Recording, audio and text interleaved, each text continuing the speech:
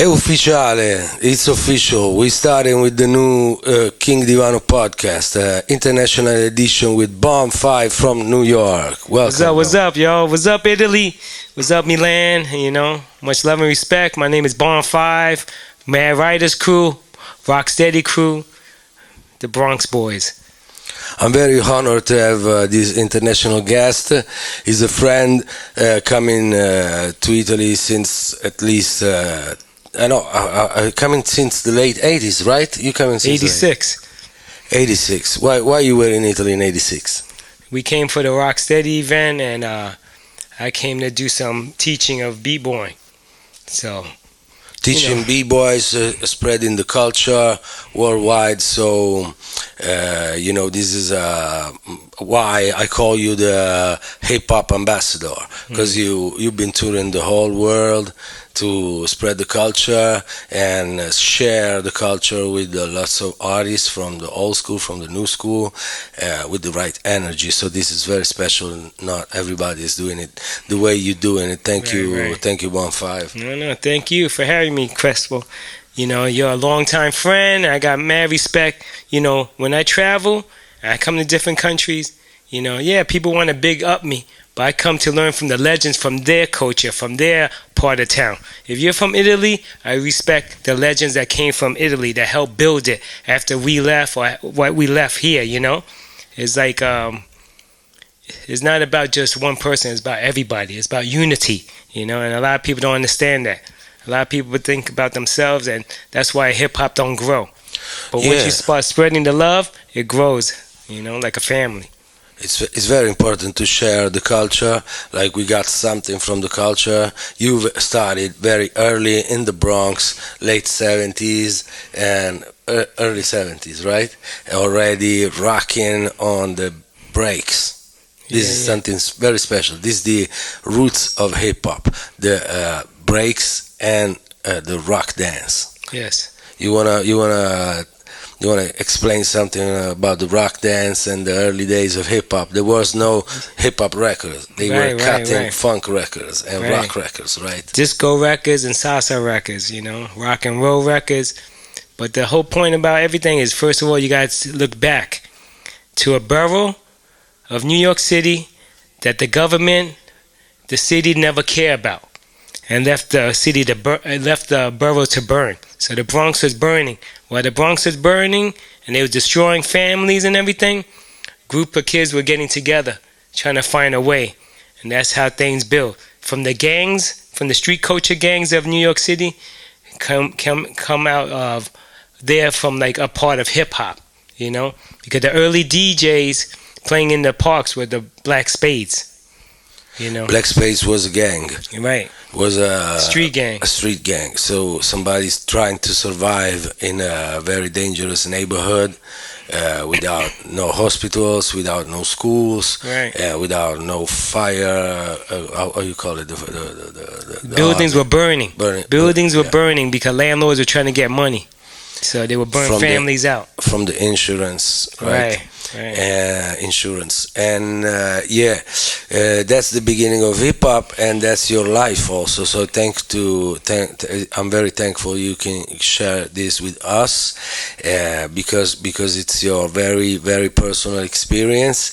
You started from the bottom and surviving in a very hard situation, but in your heart you had hip-hop culture, who was a big passion for you, and that's something that really helped you out in a way to handle this very hard situation when you were a kid, right? Yeah, because it keeps you on defense. Like in New York, you got to always be prepared for something. There's too many people running around with no money, no nothing, and the crime is crazy. So you gotta be on point. You gotta be smart. You gotta know how to fight. You gotta know how to get in and out of places. Like the train is the most important thing of New York. Because without the train, hip hop don't travel in New York. So a lot of people from the other boroughs never came to the Bronx. But a guy like me, I started traveling. I went all around the Bronx to find hip hop because I come from the East Bronx, and I went to the West Bronx. I went up and north, south and north. Now I wound up going to Harlem. From Harlem, I went to Manhattan, so I started traveling to the Lower East Side. Got me to Brooklyn and Queens. So a lot of people could say a lot of things, but no one moved like me. And I knew a lot of people. I DJ with a lot of people. I danced with a lot of people. And I did a lot with a lot of people of all culture. I mean, when I say all culture, I mean like all races of New York City. This is very special from hip hop. Is a multicultural, multiracial type of art, and this is very special. Is a culture where everybody's welcome. This is very rare, but it's I think we go into a better era where everybody is welcome everywhere. So in the sport, in the church, in the school. I hope. I think like I'm very happy to see my daughter, growing up in a multicultural environment, and I think this richness. We not might be very rich like the multimillionaire persons, but we of course rich in love, unity, and culture, having fun together as a wealth. Health. People from all different kind of culture could get together and become a family.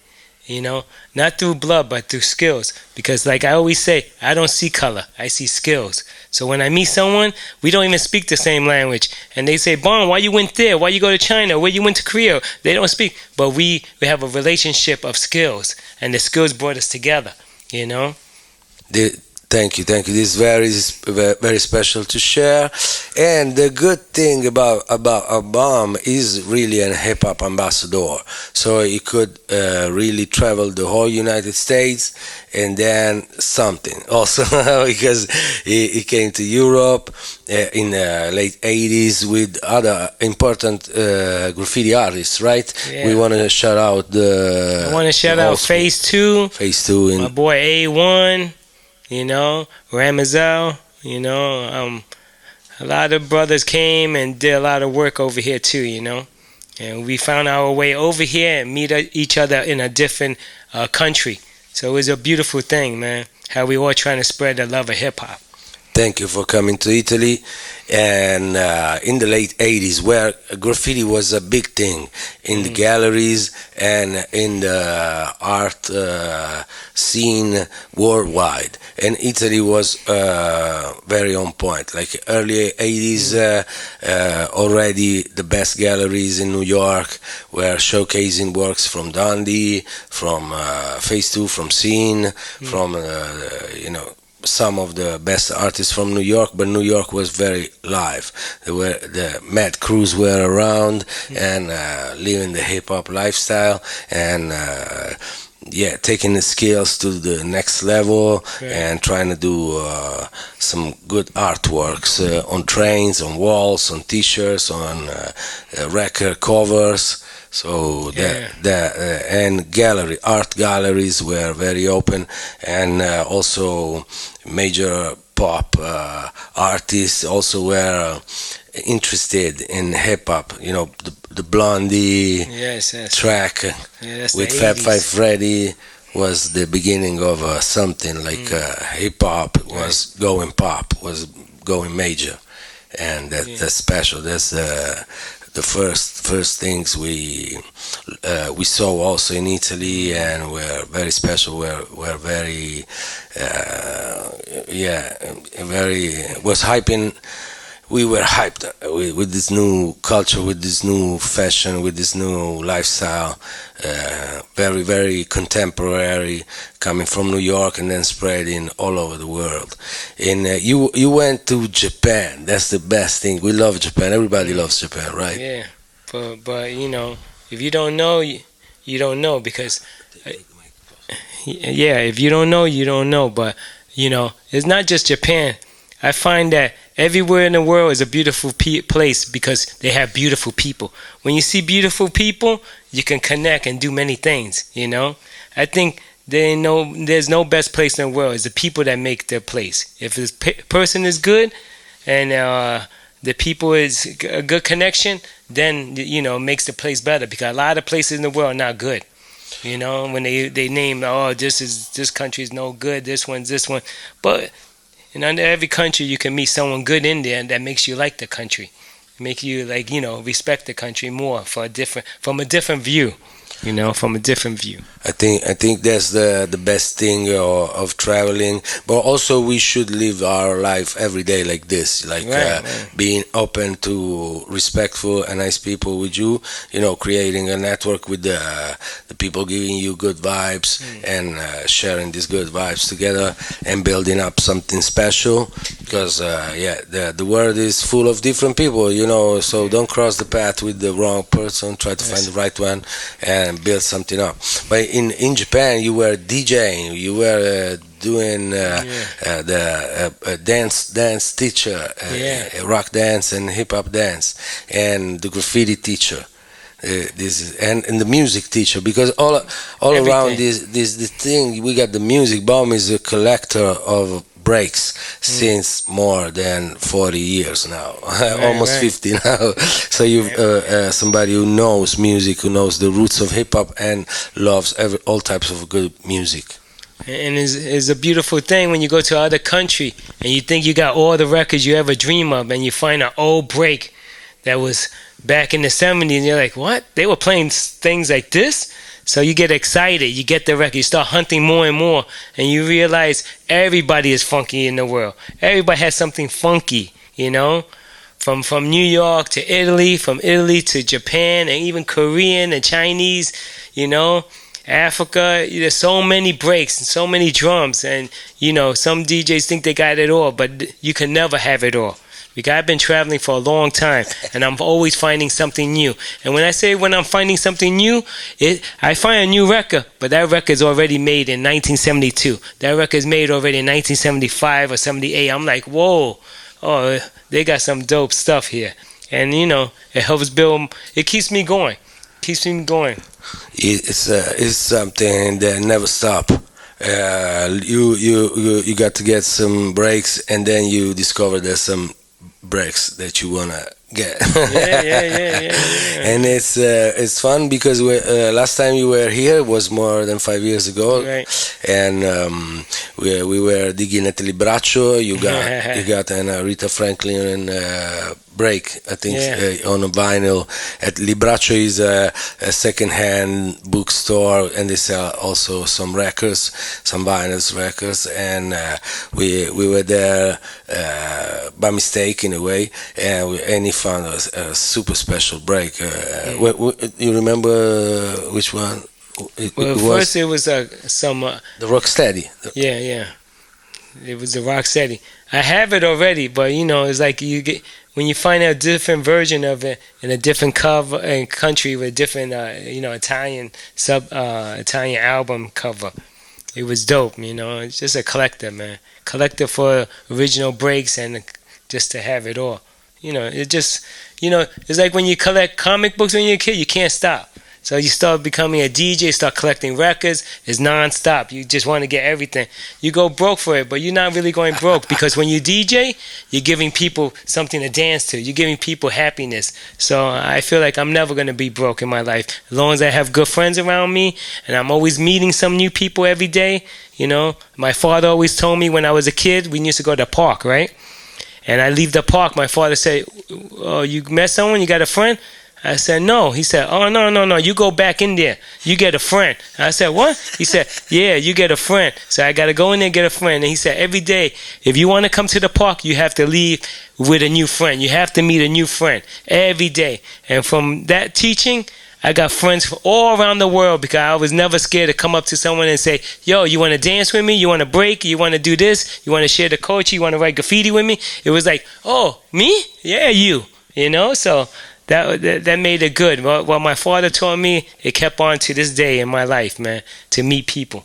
Thank you. There's a very nice teaching. Thank you. Thanks a lot. Yeah. And this is what life is worth for. This is why life is good. When you try to spread the good vibe, and then build up with people. And after Japan, you told me in Japan you met some important artists also were friends with you because you were many, DJ and many everything. like Zebra. I met back in the '80s. Zebra, DJ Crush, DJ B. Then we made the Rocksteady crew there in 1992, and it built up more. I stayed there teaching and helping and building the hip hop in Japan since the '80s, and it's a good relationship because a lot of people, like Japanese especially, that their culture is, if they get into it, they really get into it, like more than 110%. They do their best to be the best they can, and that's good. I think anybody that really wants to do something and they really concentrate will do their best to be the best. Definitely is a big honor to meet people from all around the world, and then you you get inspired from meeting important artists from US. And the thing also, Japanese is very serious people. Yeah, it's like the samurai, it's the katana way. You do it the right way, you do it properly, and you take your time to learn. And they also got very spiritual balance that's very important in art. They focus on what they want to do, right, and they do it very, very good. They put their heart in what they do, and yes. Of course in hip hop is the same.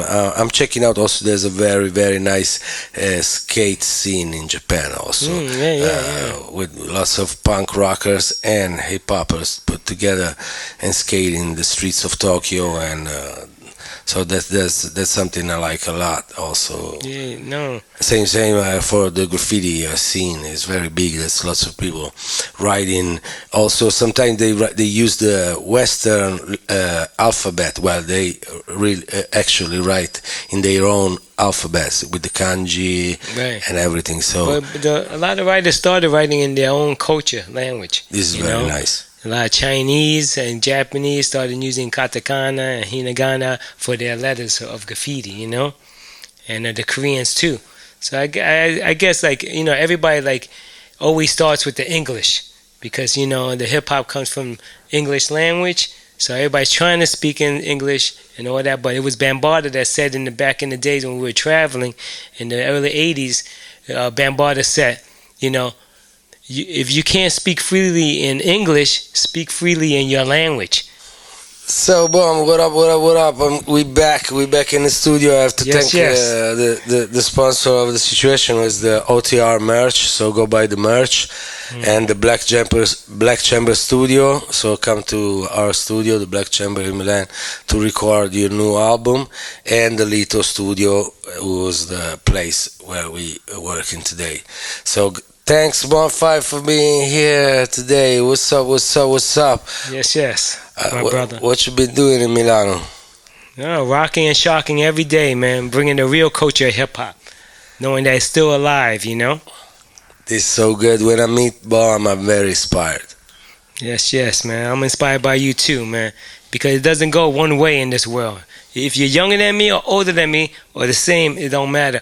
We in the same level of skills, meaning we help push each other, Thank you, Bomb. Bomb looks like a kid. He's a little bit older than me, and he's a veteran. He's a veteran. He's somebody really living the culture since the early 70s.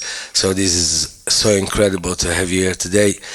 And we want to know what's up with the beginning of your career. So what's up with the music and the dance, and then the graffiti, right? Which come first? Let me just speak about this.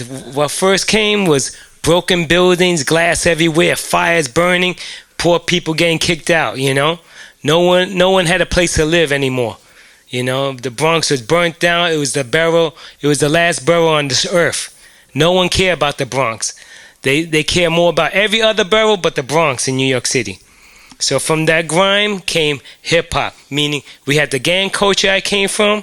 And after I left the gang, I found my cousin My other cousin, his name is Chino Malo, got me into graffiti. But while I was in the gang, I learned a dance called rock dancing. It was called outlaw rocking. It's about imitating a fight. Two guys go against each other and don't touch each other, but act like they fighting. So that was outlaw rocking. This was the beginning of the hip hop dance, was the rock dance. This is so special. I love the rock dance, the up rock, the top rock, Right. the dancing on the beat breaks. Right. And on the DJ cutting the 2 copies of the beat breaks before even a hip hop record was out. Hip hop was alive. Right, and DJs like Kool Herc were cutting 2 copies of Apache. Not really cutting. It was just needle dropping in the Needle beginning. dropping at the beginning. Needle dropping, that means they use the needle of the turntables to make a loop. And that's so incredible. You have to be very skilled to do that. Yeah, but before there was Kool Herc. People don't even speak about it. There's a guy named Disco King Mario. Disco King Mario, big up. The 2 real founders of hip hop is Disco King Mario and Kool Herc, not Flash and not Bambaataa. They came a little bit after. Right. Because if you're gonna have if you're gonna look up to Bambaataa, shouldn't you look up to who taught him, who put him on? Who put him on was Disco King Mario. He was the DJ for the Black Spades, which was mostly a black gang. Some Puerto Ricans down with them, but mostly a black gang. I come from a gang called the Savage Skulls. It's mostly Puerto Ricans and some black. And then I learned how to do rock dancing through my mentor. He was the vice president. His name was Hollywood. He was black. He taught me the rocking with other, members that was Hispanics. I left the gang. I didn't know what to do. My life was bad. I wanted to be a, outlaw. I wanted to live in the streets. I wanted to be tough and do my thing. But my cousin that was part of the Savage Squad, he was a warlord. So he wanted me out because I was going to ruin my life. And he kind of saved me from that. So I got out the gang. Then I bumped into my other cousin. My other cousin is Chino Malo. He was a famous graffiti writer. But I didn't know nothing about graffiti, So I didn't know what to do. So I got involved with graffiti with him. At that time, I went to a block party in 159 and Convent. It's in the Bronx, the 9. It's called the 9 area. That's where I saw the Nigger Twins dancing and a dancer that went to the ground called El Dorado Mike. El Dorado Mike, Right. big up. El Dorado Mike, may he rest in peace, started teaching me how to break dance. With that being said, he brought me to another person. He said, look, you got to go with my boy. We're going to go see my best friend. I said, all right, cool. He's a breakdancer too. He'll show you more. When I went there, he introduced me to his best friend, Phase 2. Big up Phase 2, rest in peace Phase 2. Now Phase 2 looks at me and I go, oh, Phase 2? I know this name. He's like, yeah? I said, I know this name. It's because my cousin Chino Malo told me about him. They were friends. So I said, my cousin's Chino Malo. Right away, Phase became my family. He said, what? So we go to the payphone, we call my cousin. My cousin's like, yo, they start talking. Yo, Phase 2 is happy. Now I'm family. So now he's teaching me, and other guy named Cisco could teach me. From there, became B-boying. B-boying and learning from these guys. It was called going off, boing-oing, burning. And, those are the terms for B-boys back in the days. B-boy stood for Bronx boy, or B-boy, B-E-A-T, or break boy because of the breaks. So those are the three main... They told me also it's about like the bad boy attitude. No. Fuck that, yo. You don't think so? No. It's just beat boy, breaks bad boy. boys. They're always gonna be bad boys. Yeah, no, like the look. No. The look, because the b-boy stance was always like. No, not in the beginning, brother. Not in the beginning. Okay, I'm just asking. Yeah. So, no, they want to say this and they want to say that. Everybody want to say that because they don't want the Bronx title there.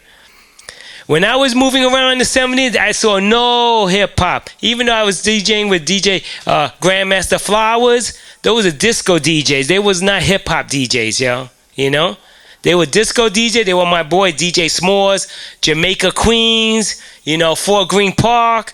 I used to go all over, man. Because after I did hip hop in the Bronx, I started to hang out more and more in Harlem, in Lower East Side, Chelsea area projects. I go to Brooklyn, Fort Greene. I was moving, man.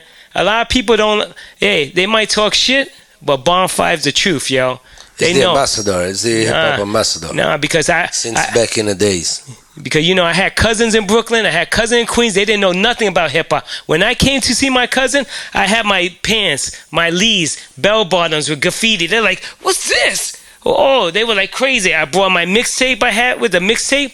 Oh, what's that? What's that? This is what's happening in the Bronx. That's what's happening. Before internet. Right. There was no MP3. There was just mixtapes. Right. Cassettes. And we tagged with the graffiti on there.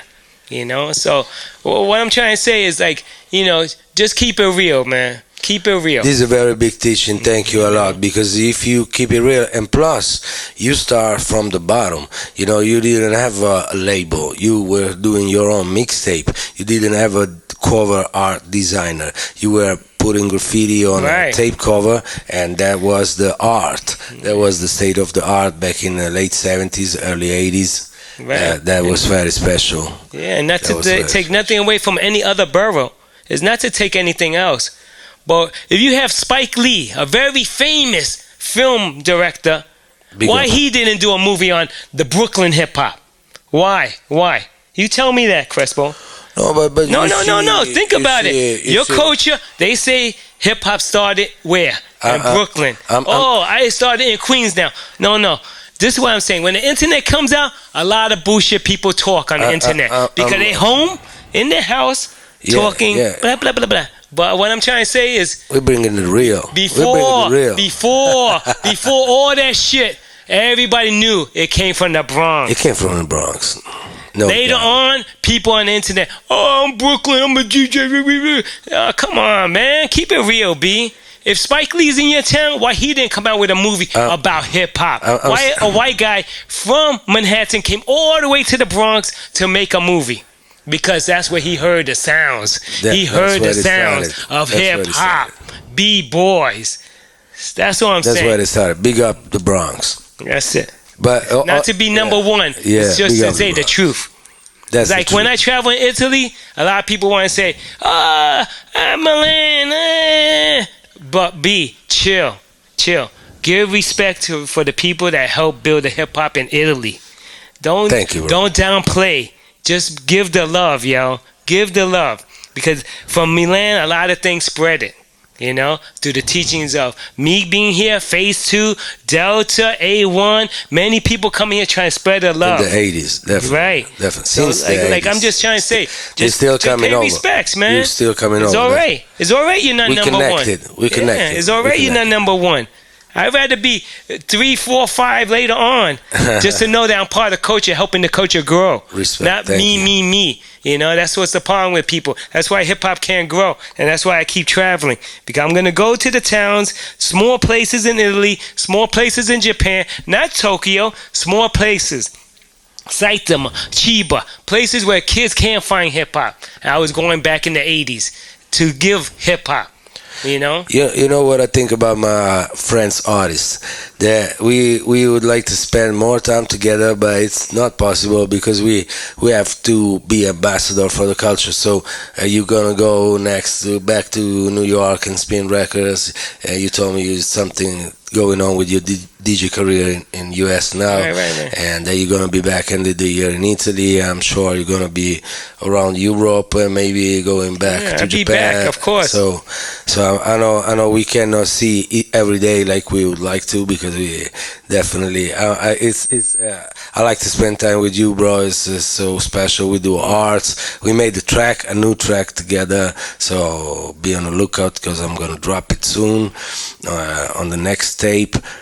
Did the collaboration track with Bonfire, where we use some rock breaks and we take it to the early days of hip hop, when people was dancing the rock dance. I just want to say one thing, Italy. It's so nice. Rock dance is so nice. We're gonna have a rock dance party Italy when Bomb gonna be back. Yeah. So say. But I just want to say this to Italy, Stay tuned. When I come here, and you guys, like you, Flycat, Spider 7, Gruff, Recipes. the other DJs, you are my legends. You are my legend. You are my, teacher in your culture. Because this is Italy. This is not New York. When I'm here, it's respect to you guys, to Italy, for all you did for hip hop. It's not about me when I get here. Now you build. I love what's going on. The B-boys in Italy, the MCs, the DJ, the graffiti is all about, I pay my respect to you guys, man. When I'm here, I listen to you guys. Bro. It's not about just me. It's about us. Thank you, Bomb. One love, yo. Thank you, one love, Bomb. Thank you a lot. You've been in Salento before coming to Milano, right? Yes. You've been in Salento, and where the weather is fine, and it wasn't fine now. The food is good. The food is good. Yo, food is good. People, like I said already, when I travel, it's cool. When I travel, it don't matter if it's raining or cloudy, snowing or sunny. It's the people that you meet in that place makes me enjoy the life. Because people might say that place is no good, Bomb, but I might find one good guy, one good girl that's cool and want to know some good stuff with hip hop. We build, and it's a beautiful place now. Definitely. It's about beautiful the people. It's beautiful about the people in Salento, and a beautiful place. I hope you're gonna come around also during the summertime, so it's gonna be even better because on summertime Salento is magic. You can go to seaside and eat some very good spaghetti with seafood and chill. No, we're gonna put turntables in the ocean. We're gonna put turntables and I'm gonna be DJing while I'm in the water. The turntables are gonna be here and the water's here. And do a big graffiti NYC Salento family. Yeah. That's definitely how it's gonna go. But when you say NYC, New York is a different world, right? Yeah. So when you say NYC, I don't say the Bronx. Yeah. I don't say the Bronx. I'm from the Bronx. I'm not from NYC. It's like we have to be on point. Like the Bronx is the exact location, and was a very hard place. Still is, and in the beginning it was very, very hard, and got to be a very special neighborhood that inspired the whole world and the whole universe with the hip hop beats and the hip hop dance and the graffiti. We finished that. So, Bomb, thank you for coming. This is the thing. Brother. The King Divano podcast, bro. Much love and respect. Much love and respect. I hope to see you soon back on my couch and rock some knowledge for the people. Thanks. Peace to Italy. Peace. One love.